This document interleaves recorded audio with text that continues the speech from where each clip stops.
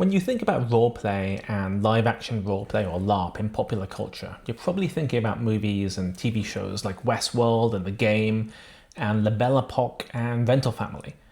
But I want to convince you that the 2013 romantic comedy Austenland has the most to teach us about how LARP is understood in popular culture.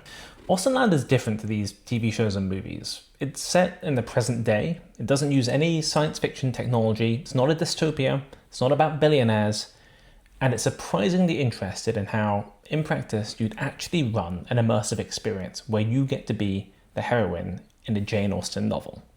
So even though you won't find the words LARP or even roleplay anywhere in the script, it's literally a movie about LARP. Specifically, it's about the power and the risks and the rewards of romantic roleplay. Austenland's depiction of LARP is so believable that when I did a silly April Fool's thing where I reviewed it as if it were a real immersive experience, half the people who read it thought I was writing it about an actual place that you could go to. And I swear I wasn't even trying to fool people, I even put the trailer at the bottom. So just because it seems realistic doesn't mean it's good. I'm not here to convince you that Austenland is a critically acclaimed movie by any measure, but it is interesting. So Austenland is about Jane Hayes, a woman who loves Jane Austen novels so much that she wants to inhabit them. After many years of disappointing dates, Jane hears about Austenland, the world's only immersive Austen experience. The world's only immersive Austen experience. In the real world, this is not actually true. There are lots of immersive Austen experiences out there, some of which are very good and in fact are based on Austenland. But Austenland is by far one of the most expensive immersive experiences you could ever go to. They don't talk numbers in the movie, but Jane has to spend a lot of money for her ticket. Jane, are you really gonna blow your entire life savings on an Austen experience? I'm guessing Jane is in her early 30s and she seems like she has a decent office job, so that's probably like $30,000 in today's money for her ticket. That's even more than the Star Wars Hotel, although that was only 2 nights long, and Austenland is 3 weeks, so on a per night basis, it's really not that bad. And for all that, you get to stay in a genuine English manor house and play with dozens of professional NPCs and get to do all sorts of fun Regency activities and most importantly, get a guaranteed happy romantic ending. Of course, Jane's friend thinks this is crazy, but the travel agent begs to differ. This is what we call an LC, a life changer. You get to play the heroine of your very own Jane Austen story. You know this is 2013 because they still have travel agents.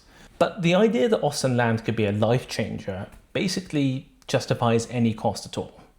If Jane thinks she'll come out of this a transformed person who knows what it's like to experience true Austen romance, or even if she realizes she doesn't want it after all, it's totally worth it. And it's important to say here that Jane is not shown to be an inherently silly person in the movie. She's a sympathetic character. The movie puts us on her side. Yeah, she's a little bit too into Mr. Darcy, but she seems like a nice person. She's kind to her friends. We aren't meant to think it's ridiculous that she wants to go to Austenland. So she buys a ticket and she flies to the UK. I'm not sure it's necessary for her to wear a costume in the airport, but maybe she couldn't check it. She meets another guest, yes, that is Jennifer Coolidge, and then things get real. Jane thinks she'll get to create her own character and name them, but it's not that kind of experience. I've been thinking about my pseudonym, and I was thinking, Miss Joyful, maybe? You've already been assigned a name, Miss Erstwhile.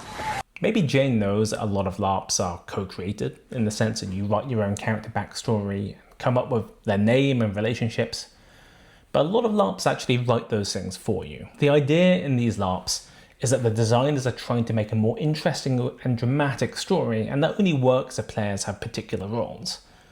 This is a very common thing of LARPs designed in Finland, actually, to the point where there's a joke amongst other Nordic LARPers that you don't play the game. In Soviet Finland, the game plays you.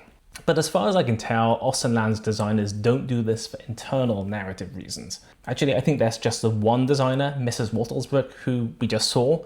She doesn't have a first name, she's just Mrs. Wattlesbrook. Kind of weird. No, the reason why Austenland makes characters for its guests is because it's a good way to charge more money. You have paid for the basic copper package, while the other ladies in the party are part of the Platinum Elite package. That's right, $30,000 gets you the basic copper package. I'm guessing that Platinum Elite is like $100,000, and the more you pay, the better character you get. May I present Miss Elizabeth Charming, heiress to the vast charming fortune? A top of the evening to you. And Miss Jane Erstwhile, an orphan of no fortune, who we've taken in out of the goodness of our hearts. In theory, it's not inherently less interesting to play a penniless orphan than a rich heiress. You can imagine actually that playing an orphan could be more fun. You've got an excuse to be always looking for money, to be fighting with snooty people, all of that. But it's easy to forget that. In a lot of video games and role-playing games and LARPs, the more you play, the more money and more power you get. And it's implicitly understood that that means you have a better character and you have more agency than someone who started playing yesterday. Actually, a big exception to this, again, is a Nordic tradition of LARP. Unlike the big fantasy LARPs you've probably seen where people play medieval knights or warriors and there's an ongoing story with a lot of combat, Nordic LARPs tend to be one-shot experiences. That means you play for a few hours or even a few days, but that's it. You never come back again to the story because everyone's died or they've gone mad or the story is just over. That's it. And since no one is a regular or an old hand, no one could have been playing for years and years, that means that Nordic LARPs kind of have to try and enforce an equality of opportunity that means every character, from penniless orphans to rich heiresses, gets a chance to be the main character of their own story. But Austenland is definitely not a Nordic LARP. Where are the other guests? In their private whist lesson. It's part of the platinum package. Apart from the whists, Jane gets to do practically everything else though. Austenland is what LARP designer Mo Holkar would call an experience LARP, where some LARPs are basically sandbox environments where players co-create the plot on the fly and there's no pre-scripted events, no timed events. Experience LARPs are closer to traditional immersive experiences and immersive theatre where practically everything is scripted. There's nothing bad about this. If you're going to have spectacular moments in your experience, you kind of have to script them to some extent just for logistical and safety reasons. So during Jane's 3-week stay, they get feasts. I do hope you'll all enjoy the food. Horse riding. Tally-ho, a hunting we will go! Piano playing.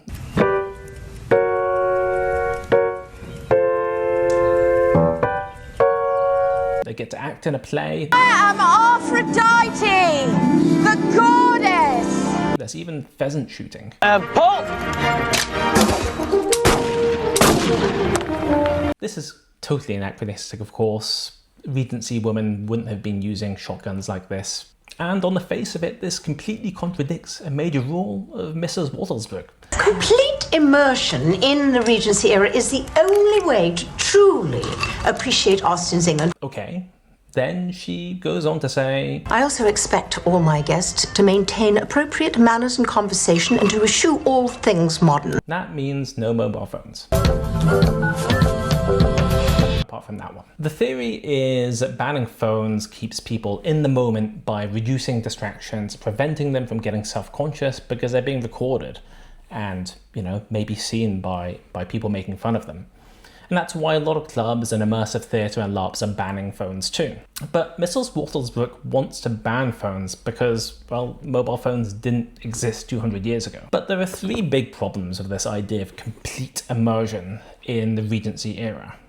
The first is that guests are given no time at all to get into character as a person living in the Regency era. There's a lot of time for getting your hair done and costumes and all of that, but there's no training, no workshops, no indications on what appropriate manners and conversation would be. Even Jane, who's an Austen superfan, has memorized all the novels, struggles. I thought I'd come here and be a total pro at this, but I don't know. Yeah, maybe you need a coach or something. What a good idea. Turns out book reading doesn't mean that you know how to physically inhabit a character. And professional actors have warm-up exercises for this, and so do some LARPs. Again, Nordic LARPs have developed a practice of mandatory workshops in how to move and talk and roleplay so that people feel less conscious when the LARP actually starts. You know what to call each other, you know how to go and touch each other, you know what you're doing, which is really hard to do when you have a cold start. A couple of years ago, I went to a 2-hour LARP where the workshop was actually longer than the LARP itself, and I thought it was totally justified. The second problem is, what are they actually trying to get immersed into? We get a lot of shots of Austenland's amazing scenery, which we're meant to understand as totally Regency. I'm not an expert. It looks okay to me, but there's a lot of modern stuff around too. Like fire exits and modern buildings and electricity and central heating and hair dryers and all of that. Like, obviously, complete immersion would be unsafe and really uncomfortable, and no one actually wants that, especially if they're paying that much money. But then, where do you draw the line? Is it really that bad that Jane keeps her mobile phone to call her best friend in private in her bedroom? Doesn't seem like that's harming anyone. Mobile phones are anachronistic, but so are women using shotguns. There's actually some really interesting papers about how tourists are willing to accept this kind of staged authenticity or existential authenticity over strict historical accuracy, providing that it's fun. The third big problem is really big. In fact, it's basically the entire plot of the movie. Austenland is sold as a romantic, immersive experience. All of my guests will experience romance with one of our actors. But I must emphasize there is to be no touching, other than the Not a chance. necessary social graces. So, no touching, huh?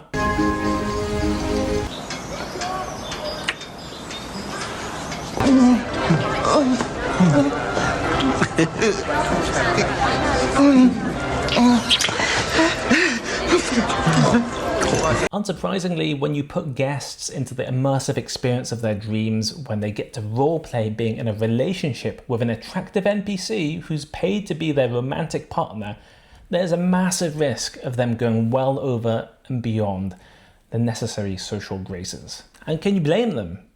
Putting the piano and the whist and the horse riding aside, there's basically nothing else for the guests to do. There's only 3 of them, they barely have anything to talk about. Why are we sewing again? I guess this is how women must have spent a lot of their time. No wonder they get into trouble. It's 3 weeks long. They've got to make their own fun.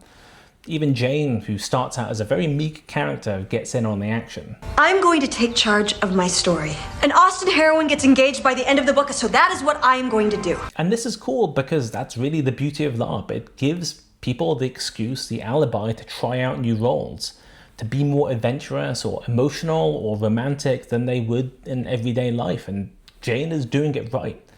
And when new NPCs join the story, it's totally fun. She's pure as New York snow.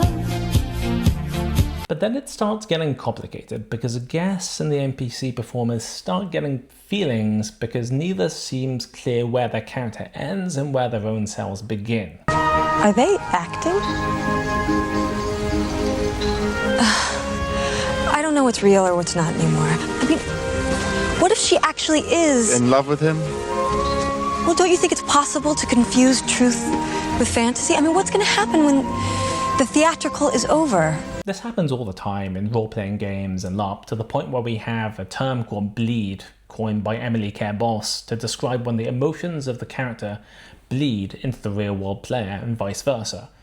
But Jane and the NPCs don't have the vocabulary to express this problem. These days, LARPs that involve intense emotions or drama or romance have developed extensive tools and safety mechanics to ensure players are protected. And they also have practices called meta techniques that help players indicate when they're talking out of character, when they want to back off an intense moment, or they want to make it even more intense. And they don't have any of those things in Austenland. Am I taking a fictional immersive experience way too seriously? Yes, but stay with me here. I don't think Austenland is really all that different in spirit from other modern immersive experiences or immersive theatre. A lot of these experiences have intense themes for which participants are completely unprepared. And this isn't a new phenomenon either. Environmental theatre, going back to the 1960s, had the same problem of just throwing audiences into just an incredibly intense emotional experience, and they just have no warm-up. They don't know what to do. I've talked to a lot of people who make immersive theatre and immersive experiences, and they always tell me that while they think workshops are actually a pretty cool idea, there just isn't enough time or money to fit them in, which I'm very sympathetic to. It's not like any of these shows are really that profitable after all.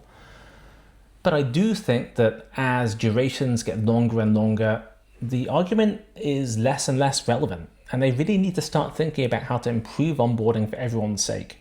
It's not just about learning safety words, it's about giving participants like Jane the tools to experience romantic roleplay in a way that's exciting and fulfilling, but also doesn't make them totally confused and upset. In the movie, these problems are made worse by the fact that Mrs. Wattlesbrook, who is apparently the only responsible person in the entirety of Austenland, also plays a character. This makes it really hard for guests to share their concerns of her because she's deliberately blurring the lines between her character, who's a lady of the manor, and her real-life identity and responsibilities.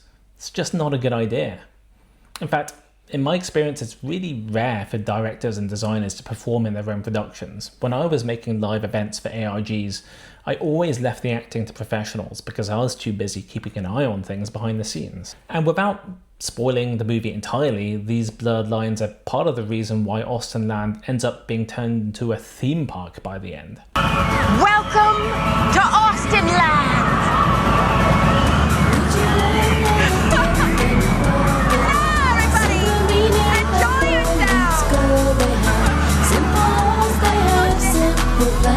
Now, obviously Austenland is a romantic comedy. It's not a documentary about Larp. They're playing it up for laughs and they're intensifying the drama. But I think the movie really does recognise the appeal and the potential of roleplay. Jane really does change her life. And I think a lot of people will watch this and will think, it looks fun and it's a good way to make friends. Ultimately though, Austenland basically throws up its hand at the end though, and it says, look, there's no way to do romantic roleplay responsibly, so we better not do it at all and just make a theme park instead. And there's no question that it's safer and more welcoming and more predictable to be at a theme park than a LARP like Austenland. But instead of getting to romance Captain George East, now they can only watch him. Austenland is no longer a life changer, it can't be. And it's a real shame because I think there's a lot of potential in making intelligent movies about LARP and roleplay and immersive experience, and I really hope that more filmmakers take this theme up. If you've enjoyed this video, please let me know in the comments. One of the coolest things that came out of my April Fool's blog post is that when Shannon Hale, the author of the book Austenland is based on, saw it, she said she loved the post. At the moment, I've just finished writing a book about the history and the future of immersive experiences, which is coming out sometime next year. It goes back 1,000 years to medieval tournaments and all the way up to the present day and into the future. So I'm hoping to do more movies about those topics. Austenland is not actually in my book. I only watched the movie because I read a New Yorker profile on Kerry Russell, which mentioned it, and I thought, you know what, that kind of sounds interesting. It is research. So I can't promise to be reviewing more movies, though I think there's plenty more interesting topics to cover that barely anyone's heard of before.